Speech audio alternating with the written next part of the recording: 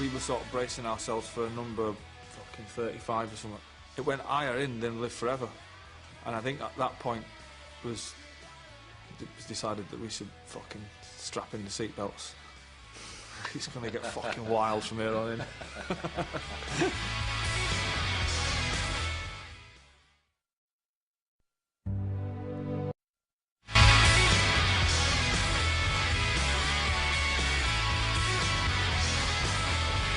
Genuinely believe that people would buy it, but not on the scale that it did. I mean, that just went beyond me. But if you know you've got certain songs that you can hear your mum singing before they've even started for a rock and roll band, then you know you're on a winner.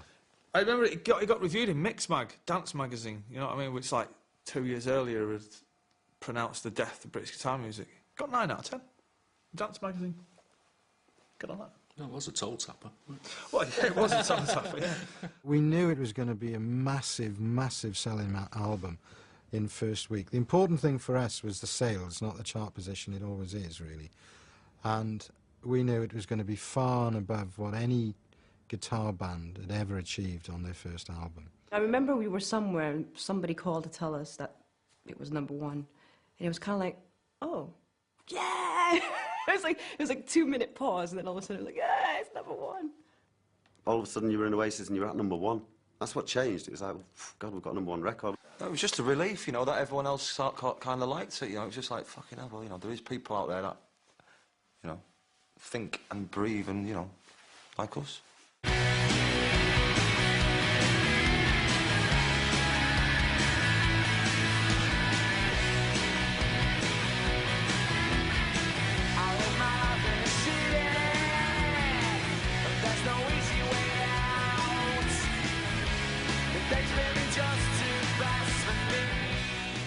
The oncoming rush of success can, like, freeze bands in their tracks. And it didn't frighten anybody in the band. We were like, ah, fucking bring it on, man. And quickly. They found themselves in a situation where they're the fastest selling debut album band in Britain, and they weren't there. You know, within days, they didn't even have time to bask in the glory of that or get smug about it, because they were driving around the Midwest of America saying, hello, Salt Lake City, and basically starting from scratch again in a huge country. You could be in the middle of a tour in America and it's like, well, we've got a day off. You can guarantee Noel didn't have a day off. He'd be down at the local radio stations, acoustic guitar and doing it, Vinny's doing, playing, you know, and we were just like, that'll do me, I'll take this back seat, do me nicely, you know. Lots of bands go to America and they don't crack it. Well, Oasis actually did go to America and they actually did crack it. But I think there was something so intrinsically Mancunian about them that culturally America was never really going to get it, you know. For a couple of years, you'd go everywhere you'd go, you'd hear Oasis as the constant backdrop, you know, you'd hear it in cars going past the window, and you'd go to a friend's house and they'd be playing it, they'd have it in the car, you know, on the radio as well. By the time it had been released, it was unstoppable because there was so much going on. If you told me a year before it was going to go #1, then it would have been a different story, but no, it had to go to #1. The only band, I think, who were comparable to Oasis, and obviously comparisons have been made quite a lot with Sex Pistols, but Sex Pistols didn't have songs that were as good as Oasis. It's probably the best debut album then, isn't it, really? Or in my book. And I'm not biased. I mean, we believed in what we did.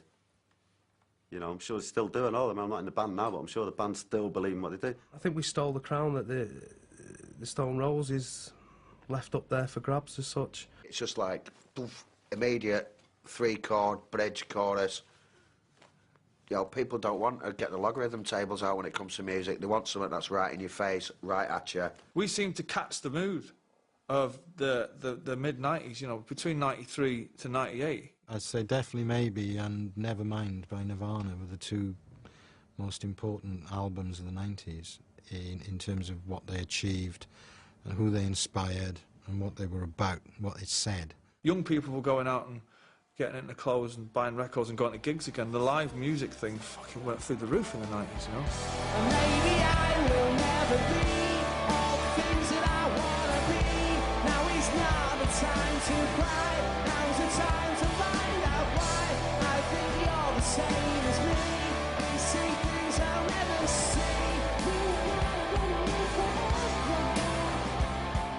of a sudden our office got deluged with demo tapes, guitar band demo tapes from all over the world, you know. So that was one way of judging the influence it had. I think it's just a great album all in all. It is gone down in history, really, isn't it? There isn't one track on there that, you know, that I want to sort of, you know, forward and get on to the next one. It was a really punk rock record. I mean, it's by far, I think, the best Oasis record, and I think probably the band probably would agree with that as well. Somebody came along and gave us a chance and just went, well, I like what you're doing there. Here you go, have that, get in, record it and see what you can come up with. You know, they're the first batch of songs we made. They're the first batch of songs we put on a record. Whether people liked it or not, we'd still be playing them because we're proud of them. All the good songs, all the really good songs, would definitely maybe still sound really good now, and that's the hallmark of a great album, because it kind of transcends the period in which it was made. Yeah, no, I love it, you know, and not only musically, because for what it meant to people and what it still means to people. It's just rock and roll is the line, I think, that maybe is what the album's about. It is just rock and roll, but that just is an enormous, enormous just. Did you say a particularly good debut album? You can't get better than fucking Definitely Maybe. Particularly shouldn't come into the fucking... You know what I mean? You get that, yeah? Particularly. That's like saying, yeah, did you have a particularly good cup of tea yesterday? Fucking hell. Talking Definitely Maybe. But I know then I will be right back here with you, with you, with you, with you, with you, with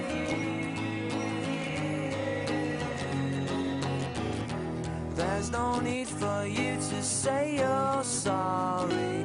Goodbye, I'm going home. I don't care no more, so don't you worry.